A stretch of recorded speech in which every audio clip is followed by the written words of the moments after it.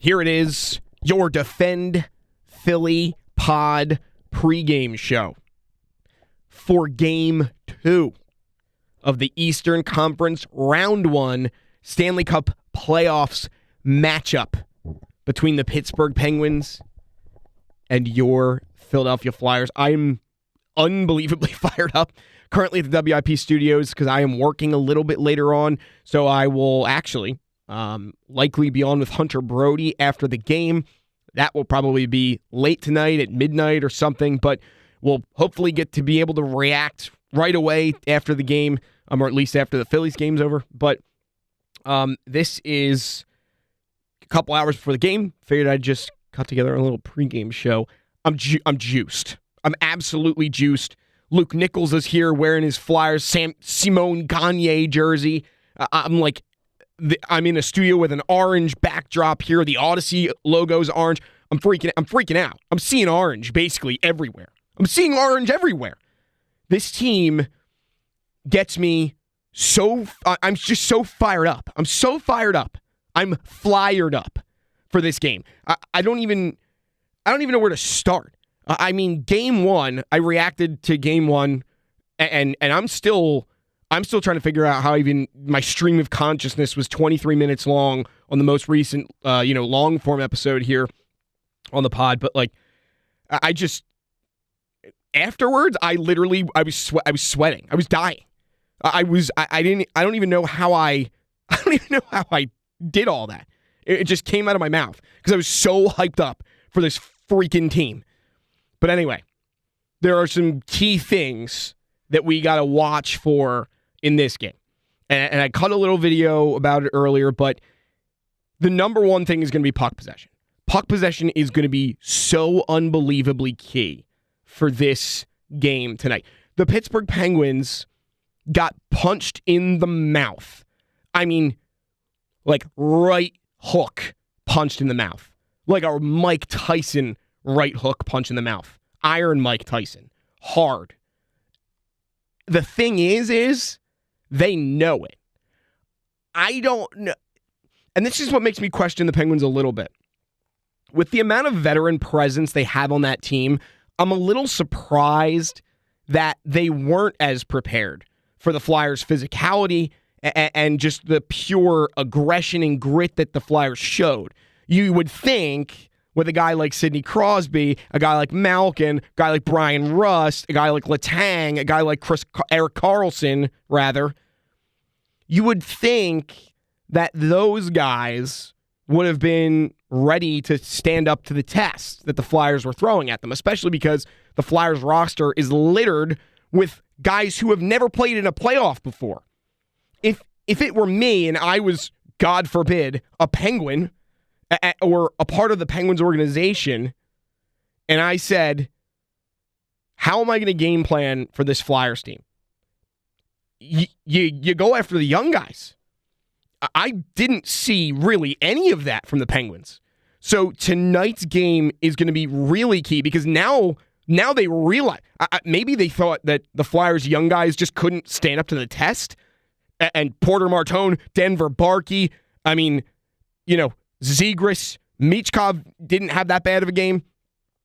They said, yeah, you thought, buddy, and punched him in the mouth.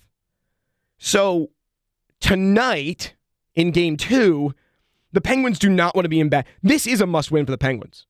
They don't want to be embarrassed at home, getting beaten twice. So the Penguins are going to come out absolutely firing, and you know who they're going to target? They're going to target the young guys. They're going to target the guys who haven't been through the total ups and downs of a playoff situation. That's who they're going to go after. Guys like Martone, who stung them in Game 1. Stunned. Not only stung, stunned them in Game 1. So the physical play is going to be huge in this game. We need Sean Couturier to continue going out and just burying guys. We need Owen Tippett to be laying dudes out at center ice and nonchalantly skating away. We need Porter Martone to bump the body a little bit in the corners. We need Rasmus Ristolainen to get a little nasty with Evgeny Malkin.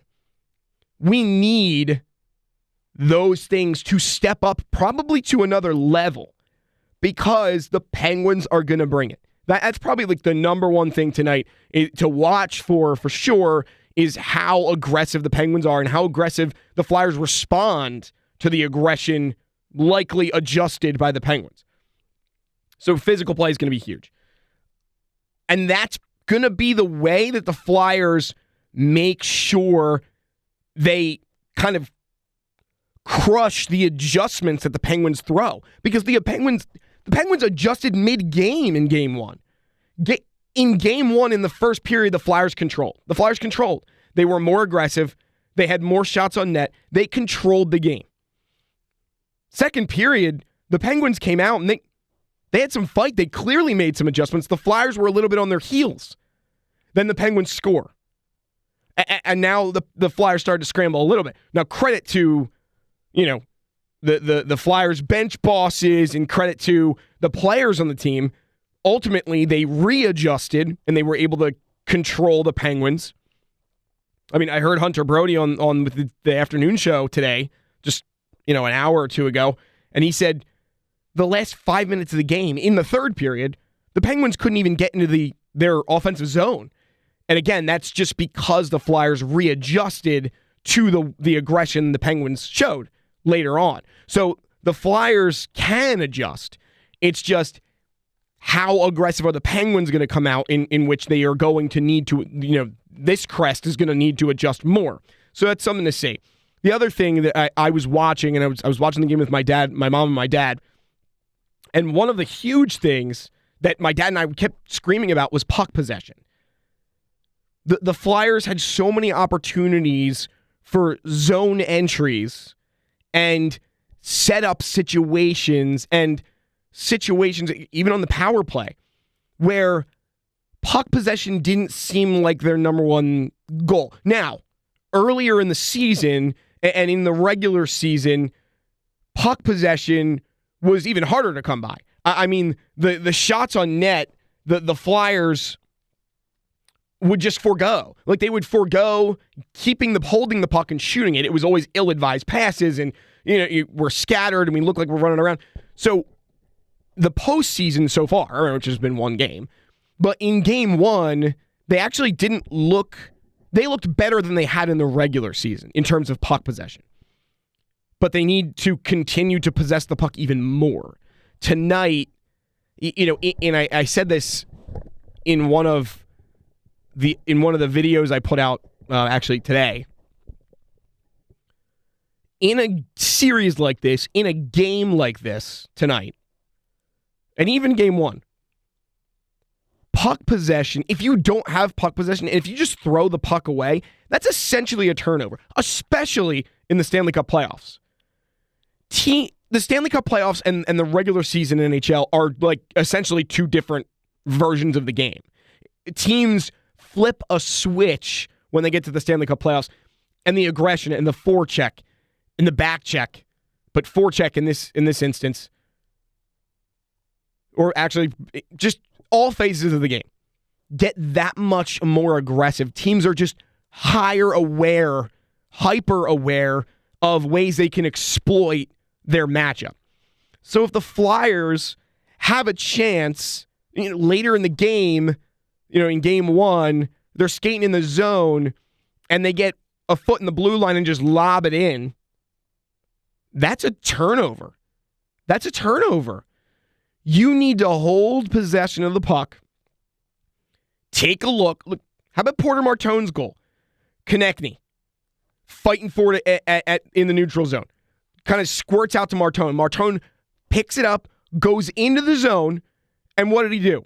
He didn't just rim the puck, because we've seen that way too many times this year. He just rims the puck around the rink, and either a Flyers defender isn't there, and it just goes the other direction, or it's a mad scramble, and then the Penguins get possession. He had the puck, went in the zone deep, curled back, and had his head up. He was looking. He was hyper aware of what was going on around him, and then obviously just brain melted Stuart Skinner with an absolute laser beam shot. I mean, a shot that Stuart Skinner, after the goal went in, he was still set up, and he was in a butter. I think he was in a butter. He was in a butterfly or like a low crouch, and he's like blinking, and he just froze. He didn't know what to do with it because it was just such a nasty shot. But it was the setup to the play that showed Martone's maturity, his hockey sense, and further speaks to the idea of puck possession. There were probably instances this season, I'm not saying Martone, but similar instances in this Flyers season where somebody gets the puck like they did with connecting and just floats it in the zone. Martone looked. Possession was key in that scenario. Won them the game. That was the game winner. So puck possession is going to be absolutely key. Another thing that we were talking about, my dad and I were talking about, and just while I was watching the game, it still doesn't seem like the Flyers are sending a third forward high. A lot of times there's, the shooter or someone who has the puck is F1, forward one. They go in on net, and either they shoot the puck or there's typically a trailing forward or maybe somebody else who's right behind F1, F2. Either you pass it off to F2, you shoot the puck on net, and F2 gets the immediate rebound. There's typically, in a lot of systems, there's an F3. Your third forward high is trailing further behind your first two forwards as they enter the zone, and your F3 is assessing the situation and will kind of plan accordingly. If there's a nasty rebound and F2 gets caught off guard and it squirts out, that's where F3 goes. He goes to get the puck. But in some of these instances, Stuart Skinner is just pillowing up these juicy rebounds in the slot where if the Flyers had an F3 high, the third trailing forward, if he was high in the slot, it's a goal. The game could have been 5-2 if the Flyers were just made an adjustment like that where they might have just had another forward trailing high. So that's going to be another key thing is be a dog in front of the net. Get to the front of the net. Get to the front of the net.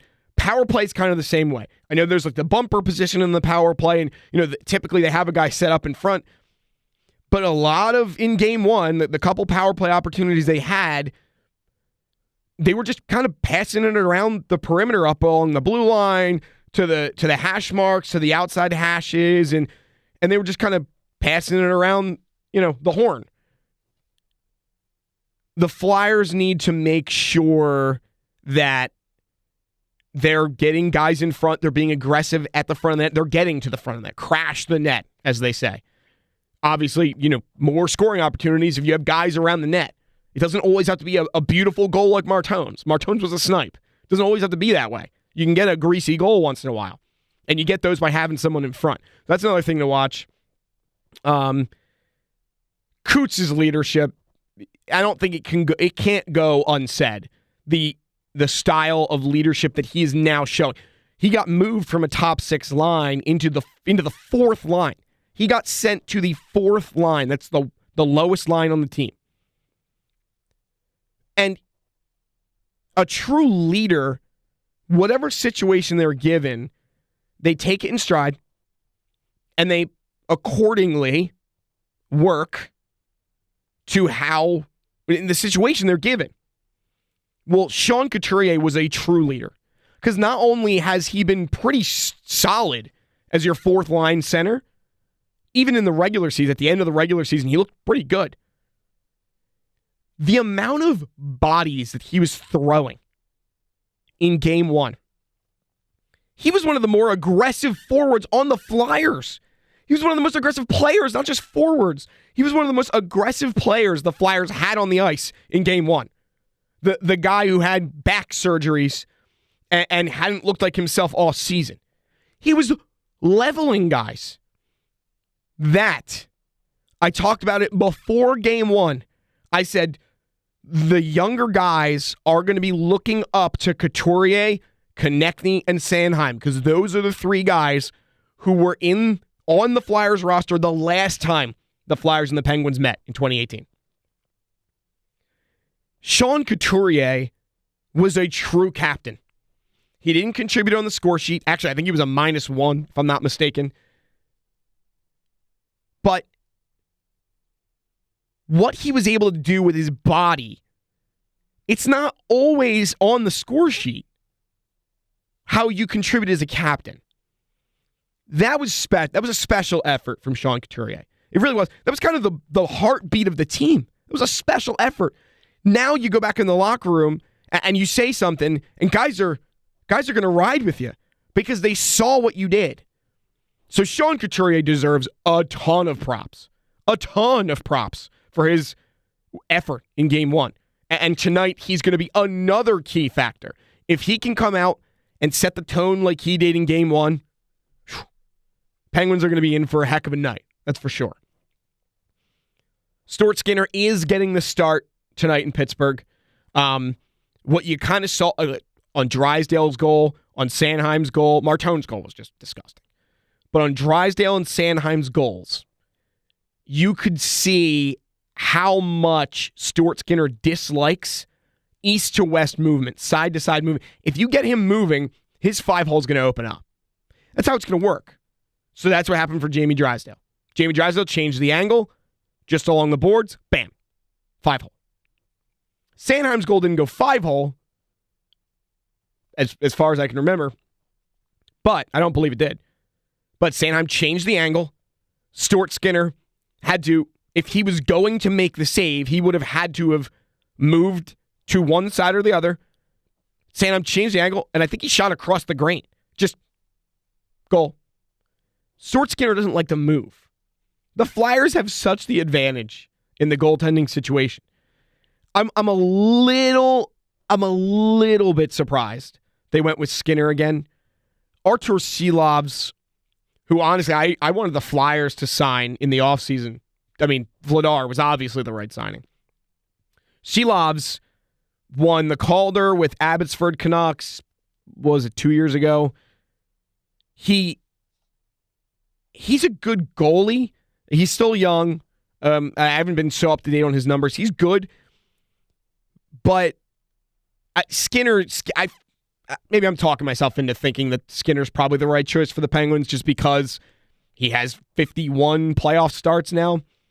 So, yeah, I guess it makes sense, but Vladar is just a better goalie. Dan Vladar is an animal. He's an absolute animal. So, the Flyers have the goalie matchup down pat. That's not a problem. It's gonna be a heck of a game. It's going to be a heck of a game. It's going to be you thought Game 1 was physical. There was 81 hits in Game 1. When I checked the team stats after the game of Game 1 on ESPN, it said 41 for the Penguins and 40 for the Flyers. Now, the Flyers had better quality hits. I mean, Tippett's at center ice. Coots burying dudes in the corner. You know, I didn't see really a whole lot of that from the Penguins. You know, you can hit someone without hitting someone. So, the Flyers were the more aggressive team physically in terms of like just how hard they were hitting. But it was 81 total hits in the game. That's a physical game. Tonight's going to be more. I bet you tonight's going to be more just because of how pissed off the Penguins are that they have to, that they got beat in their own building. So it's going to be another bloodbath. I think if the Flyers, again, possession, play the body, got a good shot to take another one in Pittsburgh. And can you imagine the Flyers coming back to South Philadelphia up 2-0 in the series? Xfinity Mobile Arena, if that's the case, might not have a roof by the end of the first period. Because the energy in that building will erupt. That'll be a Vesuvius-esque eruption from South Philadelphia. You'd probably be able to hear it in Center City, the amount of energy, and people bringing it at the Exmo if they go up 2-0. Take both in Pittsburgh. Philadelphia will be having a party. If they lose the game and it goes 1-1, I don't imagine that the energy would be any different. But stunning the Penguins twice in their building, that's a dangerous spot for the Penguins. Now in hockey, Anything can happen. This series is not over after one game. It's not. It's not over after 2 games.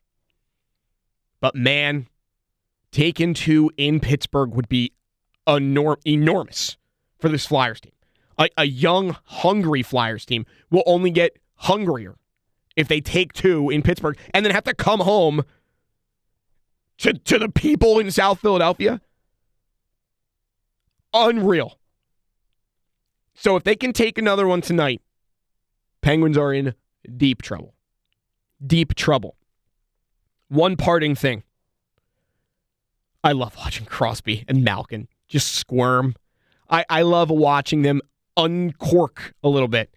You could tell Crosby was not happy at the end of the game. Neither was Malkin. Malkin diving all over. Gets a poke from, I think it was Sanheim or Ristolainen. Oh, and he dies. He's looking around at the refs. Give me a break. Both Crosby and Malkin are Charmin soft. 4-ply. The nice stuff. Charmin soft 4-ply. Both of them. Both of them. I love watching them squirm. I love it. And man, can you imagine? Again, maybe this is wishful thinking, but if the Flyers go in and win tonight, and then Crosby and Malkin have to come to Philadelphia, down 0-2, and listen to that crowd heckle them, that'd be a beautiful thing for me. But man, it'll be hell on earth for them. And I know Crosby loves it. He has historically loved coming to play in Philadelphia because he's an elite player. He loves that type of atmosphere, and he loves being the bad guy. But this Flyers fan base is hungry. And this Flyers team, insatiable. Is that the word I'm looking for? They are starved. Starved. And Tocchet has them revved up. So it's going to be dangerous for the Penguins. I think tonight's going to be, we talked about big spots all year and the Flyers having to bounce back and play in big spots. The biggest. And I know every game that goes by is the next biggest game. Tonight is an enormous game. And the Flyers have to play physical above anything else. Physical and puck possession. And let the skill take over. Play loose. You can't get tight. The Penguins got tight when they went down and they got stunned in their building. You can't get tight. As long as the Flyers stay loose, as long as they play the body and keep possession, I think they're going to be fine tonight. So that's your Defend Philly podcast pregame show. A couple hours before the game here. And, man, can't wait to hear the reaction after this game. Like, subscribe, comment. We're on Twitter. We're on YouTube. We are on Spotify. I don't think the last episode was on Spotify. This one I'm probably going to put on Spotify. We are on TikTok. We're on Instagram. Follow us. Like our stuff. Subscribe. We really appreciate all of you being around all season long. It's been a heck of a ride, and it's only going to continue tonight. Game 2, Flyers-Penguins from Pittsburgh. Let's go Flyers.